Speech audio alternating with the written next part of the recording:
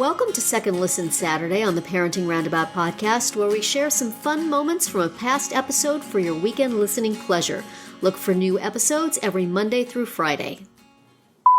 I would like to whine a little bit about the many changes in routine that I'm dealing with right now, and it's driving you bugging crazy. me. Yes, I mean I'm going to sound like such a baby, but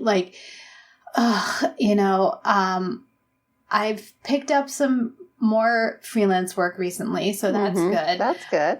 But having the time and space to concentrate on it is proving difficult because some things have changed whereby my husband is home more often now during the day, and my daughter has this thing going on with her schedule where she is taking this class where she actually goes to an elementary school for the first part of the day.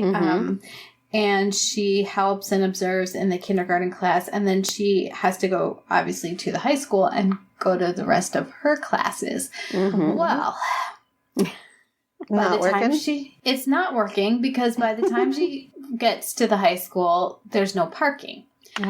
And the only place to park would be far away, and they only have one door open, so it would be a long walk from wherever she parks to get to the front door, and then to get to her class.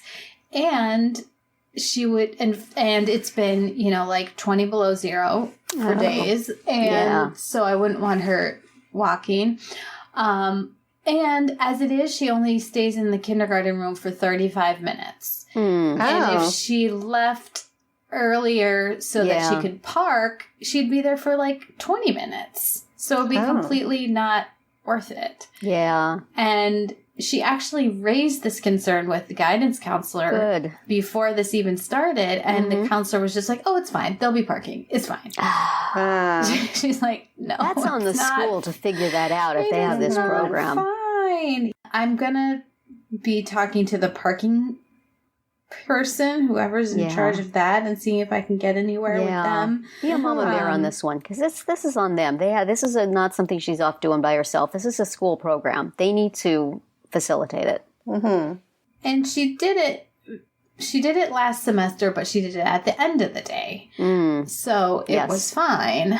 And, what if I wasn't available to drive her? She just wouldn't be able to do this, and that stinks. Yes. I'm afraid what their argument is going to be is that she could do this classroom observation there in the high school with another high school class. I'm afraid that's going to be their argument, but... is she looking at early childhood education? Is that why she's doing it? She's just looking at teaching, and, the first semester they got her with this kindergarten class, and now she would like to stay. She's observed their, she's been in that classroom since October. She would like to stay with them. Yeah. So I would not accept that argument from them. Yeah. So I'm still working on it, but... it's like we got her a car so that she could be self-sufficient. Yeah. We bought a parking pass that she now cannot use. That is not right. Because, of course, not only do I have to drop her off at the elementary school while I'm also dropping my son off at the middle school at the same time, which are not in the same place, by the way.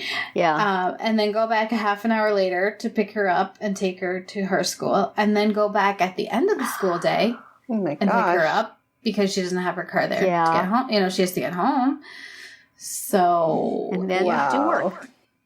Yeah, somewhere in there I'm supposed to be working. So... Are you sitting in your car with the laptop, or are you heading to a coffee shop? What are you doing in that half an hour? Are you coming home? Well, I come home sometimes. The other one of the mornings this week, it was so crowded at the middle school that by the time I was done dropping my son off at the middle school, I had to go right back to the elementary school. There was no time even to go home. I mean, they're all the good news is that all of the middle and the elementary school, not the high school, but the other two are close by our house. So I can go home for like 20 minutes and, have some breakfast or scroll through Facebook or whatever, but it's not enough. It's definitely not enough time to get anything done. Yeah. See, that's what I like when I bring my son places. Usually I do have a little bit longer to wait in between, but I scout out, like, is there a Barnes & Noble nearby? Is there a library nearby? Yeah. And then I have my laptop with me. I can work anywhere, and I'll just, instead of driving home and then driving back, I'll just stay there. Wait it out. And it's in addition to, I think saving gas and saving wear and tear on me and the car, it's like a little outing. Even though I'm still doing exactly what I would be doing at home. Right. You're doing it in a different place. Change of scenery, and I focus better in places where there's not a bunch of stuff around for me to do. So yeah, I've been doing that at the ice rink, where if I have to go there and take my son, I just bring my laptop and work there in the evenings. Because of again, it's like a 27-minute round trip. So I might as well, most of the time I stay. Right. But I could go home. So yeah, but I find I get more done. I get more done there. Yes. Because sometimes there's chatty people there, and that's a problem. But it's, just that different environment, I think. Helps. Yeah, I find that too. But that's hard when you've got everything squared away. Your kid's driving to school. You don't have to do that anymore. You have everything, and then all of a sudden, you have more people in the house, and you have all these places to go and to be. It's, I often talk about how hard it is for my kids to deal with changes of routine, but it's hard for parents too, Yeah. I really don't like it. That's why every time I think about going on a vacation, it's like, you know what? No. I just want to stay home and do what I do. Can I do that? Right. I don't even want to go disrupt my routine for fun. I'm good. I'm that boring. Yeah. Yeah. Yeah, it's just like you said, we had everything kind of in a groove, and then the new semester started and everything blew apart. And I'm going to have to get used to it most likely, but it's just, I'm struggling. Yeah. It's hard. You can rant away. Been there. Yeah. Holy cow. Yeah. Yeah. Well, it's not easy. Is your daughter a junior or senior, Catherine? She's a junior. Okay, so you can't really tick too many people off yet. And you have your son coming through too. Yeah, certain days. But I still would, because that's not right. I would just keep, I think this is a situation that calls for my patented polite phone call technique. You call very nicely, you ask the question, they tell you they can't help you, and then you call again the next day, and you call again the next day. And every day you're very polite and you're very sweet, and eventually they give you what you want just to shut you up.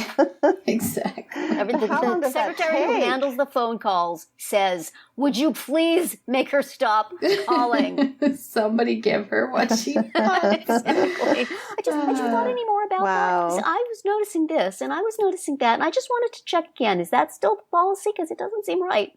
Very nice, very sweet. Bring the lady who answers the phone calls like donuts one morning. Yeah. I'm so sorry I bother you so much. It's just such an important thing. Yeah. It is. It's worked for me. Yeah, I'm gonna need to work on that once I figure out who's in charge of parking. I remember at registration day back in the summer, we were in the line to get the parking pass, which we had previously, arranged for. It wasn't something you could get on the spot. You had to have already made the arrangements. But the person in front of us in line was aghast that she couldn't just buy it there on the spot. And this poor woman just had to keep explaining, like, these were all of the emails and communications that were sent about this. And she kept saying, well, he's my oldest. I've never done this before. And I'm behind her going, yep, same here. I felt bad for the person who was trying to explain. Yeah, that's the person you'll be harassing. Exactly, it will be. Guess what? Remember how I was super patient and polite this summer when somebody else was being annoying? It's my turn now. I get bonus points. I don't know. I still think the guidance counselor needs to fix this, because this is a school thing. Yeah. She's not doing this for fun. This is a school thing that they've sent her to. Right. And somebody must have done it in the past. I know. Do you know anybody who's done this in the past, whose kid has been through this? I don't know. Ask them how they I did should it. ask. Mm-hmm. Yeah. Call on your skating network of people to see. Yeah. Your skating network. Yeah. Well, luckily she's the teacher that she has, the class that she has immediately following, Right. she said, is being super helpful. And, she said, I'll put your seat right by the door so that if you need to come in late sometimes, that's okay. And on days that we're having just a work day, then you could skip it and stay at kindergarten. And so she's being very accommodating. Well, that's very nice. Well, that's good. Ask her for tips. Who should I bug about this? Can you help me, please? Teachers are good sources sometimes. They'll hook you up. Yeah, that is true. Yeah, well, I am sympathetic to your ordeal, and will be interested in hearing where it goes from here. If you need coaching, hit me up. Yeah. I have You're ways. good at this. Not for nothing were people happy when my kids left their school.